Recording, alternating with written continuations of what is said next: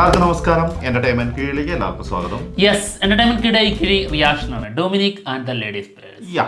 മമ്മൂട്ടി നായകനായി വന്ന് ഗൗതം മേനോൻ സംവിധാനം ചെയ്ത സിനിമയാണ് ഡൊമിനിക്. സിനിമ വേണ്ട വിധം തിയേറ്ററിൽ വിജയം കിട്ടിയില്ല കേട്ടോ.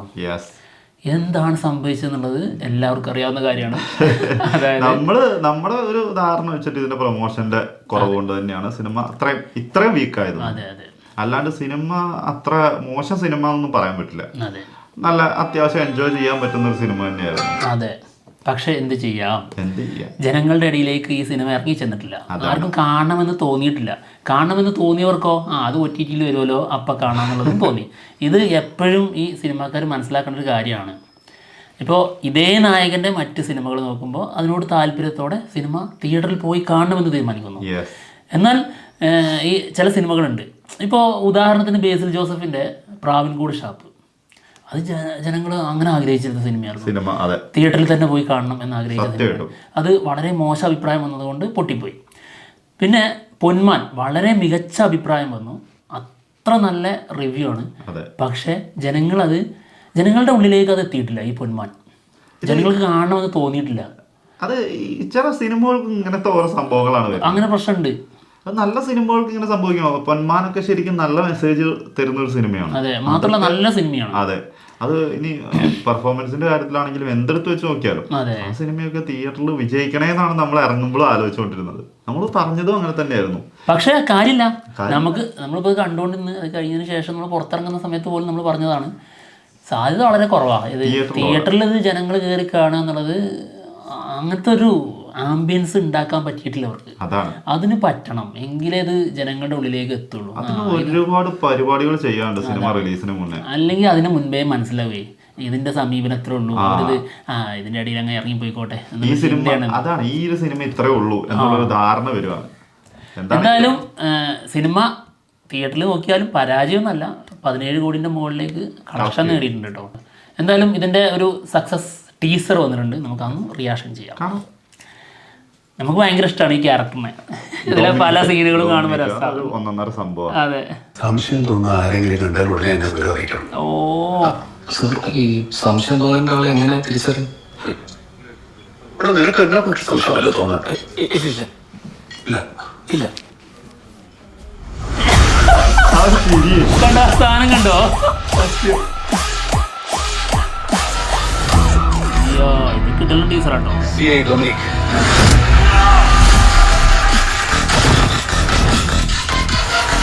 അത് എനിക്ക് നിന്നോടൊന്ന് സംസാരിച്ചാൽ മതി.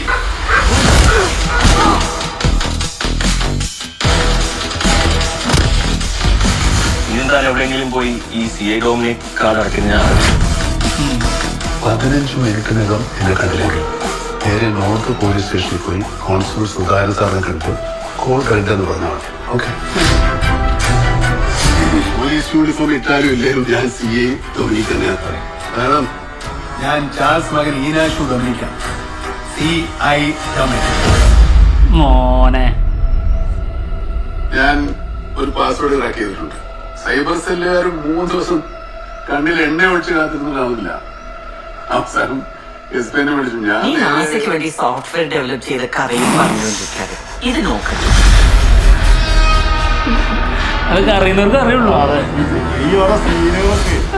ഭയങ്കര തന്നെയായിരുന്നു ശരിക്കും. അത് മാരക ട്രോളാ.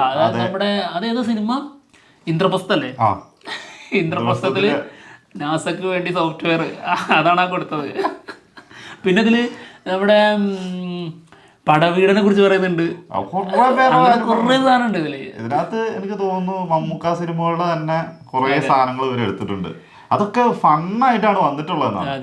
അത് ഈ ഒരു ക്യാരക്ടർ തന്നെ പറഞ്ഞു പോകുമ്പം എന്തൊരു രസമാണെന്നറിയോ. ശരിക്കും ഭയങ്കര എൻജോയ് ചെയ്ത് കാണേണ്ട ഒരു സിനിമ തന്നെയായിരുന്നു. എന്തോ നിർഭാഗ്യം എന്ന് പറയാം. എനിക്ക് തോന്നുന്നു ഈ ഒരു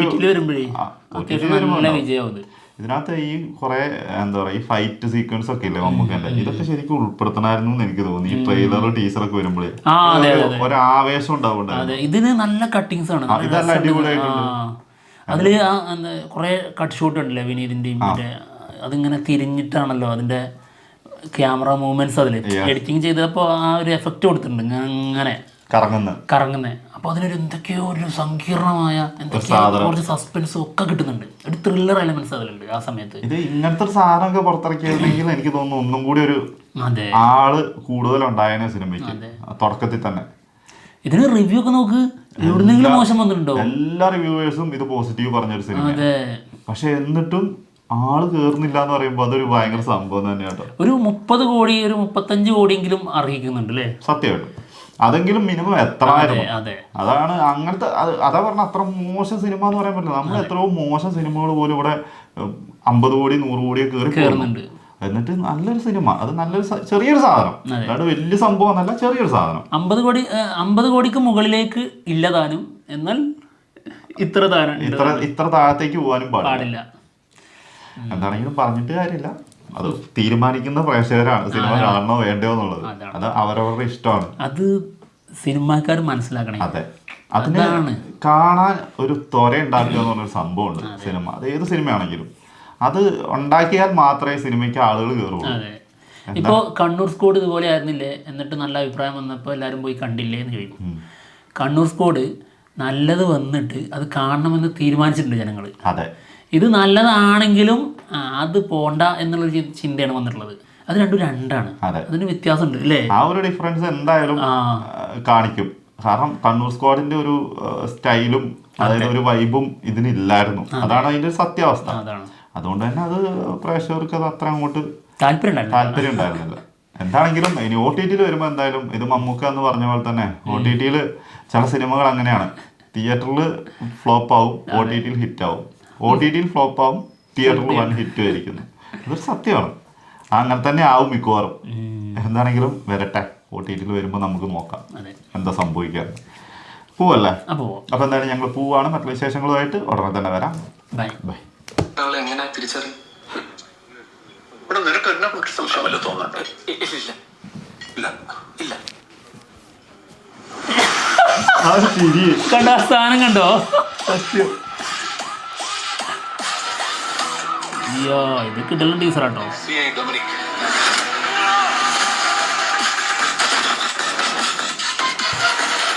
എനിക്ക് നിന്നോടൊന്ന് സംസാരിച്ചാൽ മതി.